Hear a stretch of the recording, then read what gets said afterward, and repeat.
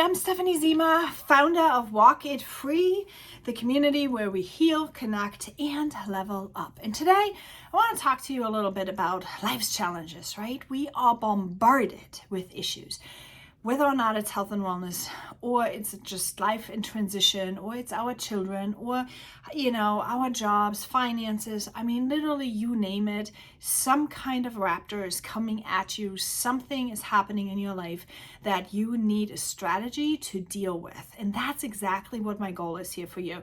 With this video, I'm hoping to give you an overall strategy on how to deal with life's challenges.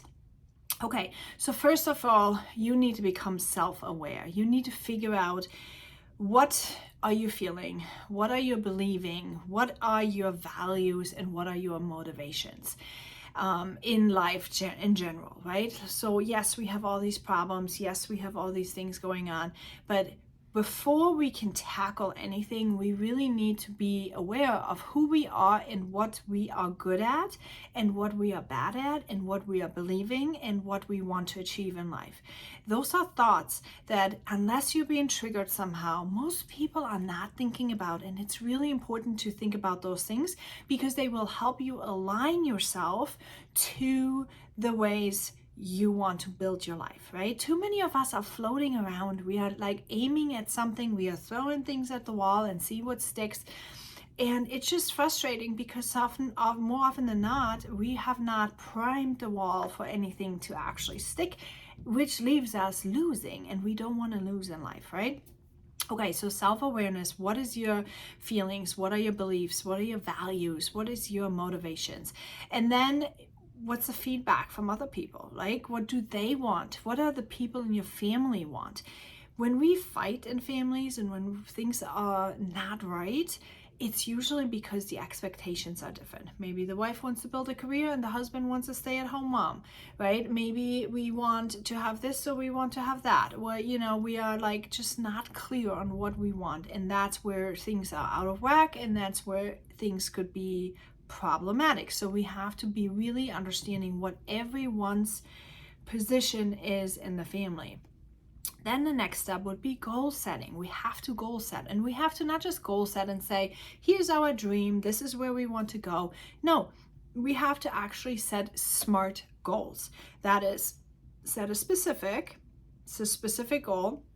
It has to be measurable, so M for measurable. We have to be making it achievable, so that's the A. And then we have to make it relevant, and then we have to make it time restrained, with time bound for that. That is how you set a SMART goal. That's where you can actually measure something to make it happen. Next step would be to create a vision board, because let's get real. Like, if we don't have in front of us what we are supposed to do, when we are supposed to do it, things are going by the wayside. We're going to forget about it, right? There's so much distraction these days in the world. We are looking at Facebook, we are looking at Instagram, we're looking at Reels, we're looking at YouTube Shorts, we are looking all over the place. Sports schedules are happening. The mental load, especially as women are bombarded with these days, is insane. So for us to actually keep the aim, for us to understand what it is that we really want, we not just have to be aware of it, we not just have to set a goal, we actually have to look at it every single day. We have to look at it.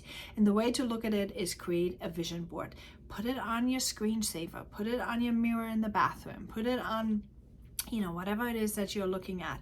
But make yourself a vision board so you can remember that you're looking at. Where the focus goes, the energy flows. So if you're focusing on your problems, we're gonna have more problems. If we're gonna focus on what we need to accomplish when, we are also going to get that done, okay? Time management is a very big one as well. Time management is a very big one. So many of us are feeling that, somebody can just tear us apart. We are dancing on all different kinds of weddings, right? It feels like it. Sometimes, to me at least, it feels like there's too many tabs open. We are all over the place. Everywhere we are starting something. And I had learned something that's called close the loop. And that has been so helpful, not just to me, but also for my children and for my family overall, is closing the loop. Meaning, do you remember those loom bands that the kids are making? Like they have like those little rubber bands, and you have to always loop them together in order for the bracelet to be formed. If you forget to close the loop somewhere, everything comes unraveled. And that is how it is in your life as well. You have to learn how to close the loops and how to do one thing at a time. And that is so challenging, especially if you have little kids or preteens, or, because these days, everyone seems to be wanting to start at 1, and then they go like, blah, blah, blah, blah, blah, and they end at C. They do not make it from A to B. And that is what's so frustrating for many of us, because we don't get where we want to go, yet we expand so much energy from here to here, okay? So I'm going to show how to do those close the loop situations a lot more as I go here, because I feel like that's really, really important these days, that people are learning how to start something and how to actually finish it, and keeping the focus while doing that. We need to prioritize. If we want to do everything, we don't do anything, okay? That's just what it is. So we have to prioritize our tasks. We have to delegate some things we can't just do. So we have to train our children. We have to train other people. We have to ask our husband to help. We have to ask our family members to help. Sometimes we have to delegate. And if you don't have anybody, then sometimes we need to hire somebody to do certain things for us. We have to delegate. That we can't do it all. And I have to tell you, that is an area that I had struggled with for a long time. And I wanted to delegate, but I didn't have any money. I couldn't hire anybody because I didn't have any money, and I had to somehow do it all. If that is your situation, the way you can get through it is you have to really see what is important for you right now. What is the next step? Because sometimes my brain was always thinking so many steps ahead of time, and I couldn't do it, and I got myself overwhelmed and spun out of the arena. And I needed to basically rein myself in and start thinking, what is my very next step? What is it that I need to do very next? And that helped tremendously. Okay, so scheduling out tasks, saying that is my next step, and then I need to maybe do this down the road, or maybe in a month I need to do this. Having that scheduled helps with some of the anxiety that you have going on. Sometimes we have to do some skills, learn some skills. We have to maybe learn some emotional intelligence. We have to maybe learn some empathy, some self-regulation. That's a big one, and I had to learn for sure, because I was never taught that. I was never taught how to regulate my emotions. I was just always kind of abandoned with my emotions. So I had a really hard time self-soothing myself and learning these ways how I could give myself. And if you don't give back to yourself in learning how you can self-soothe yourself, you can feel dismantled a lot. You can feel like you're floating around and you are having no grip and any of those things. So grounding exercises, learning how to self-soothe was super, super important.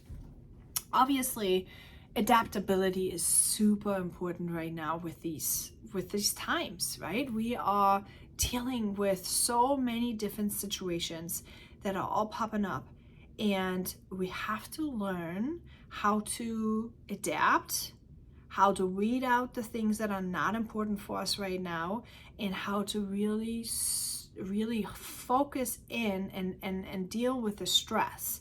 How do we manage the stress? How do we make sure that we are focusing in on what our next step is?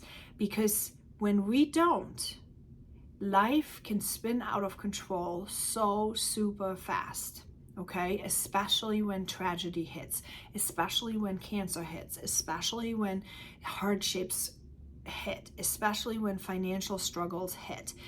These emotions that are popping up, these fears, they are so big and they are so powerful that unless we can control our thoughts and have strategies that move us actively forward, that lets us walk one step at a time, we can spin out of control, and it's just very, very messy. The process is messy. Okay, I'm not gonna lie, the process is messy. We are having messy lives and situations are messy, but you can still find joy in between the struggle. You can still find quality time within the struggle. You can still level up your life within the struggle. It's the way how we look at things. It's the way how we're dealing with the emotions. It's the way how we are expressing them. It's the way how we believe in ourselves and how we celebrate the wins that we have.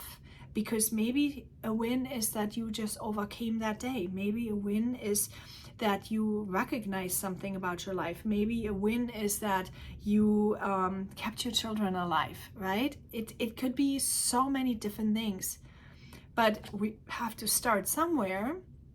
We have to start somewhere to have a plan. Without a plan of some sort, you're just floating around, and chances is when you are floating around that you are not going to get where you want to go. Whether or not it is in business, whether or not it's in life, in your family, in a relationship, you have to have some kind of a plan, and you have to make sure that everyone else is bought in. They know the plan, they know what's happening, they're bought in. So win, win, win. Everyone has to win who is involved with this, right?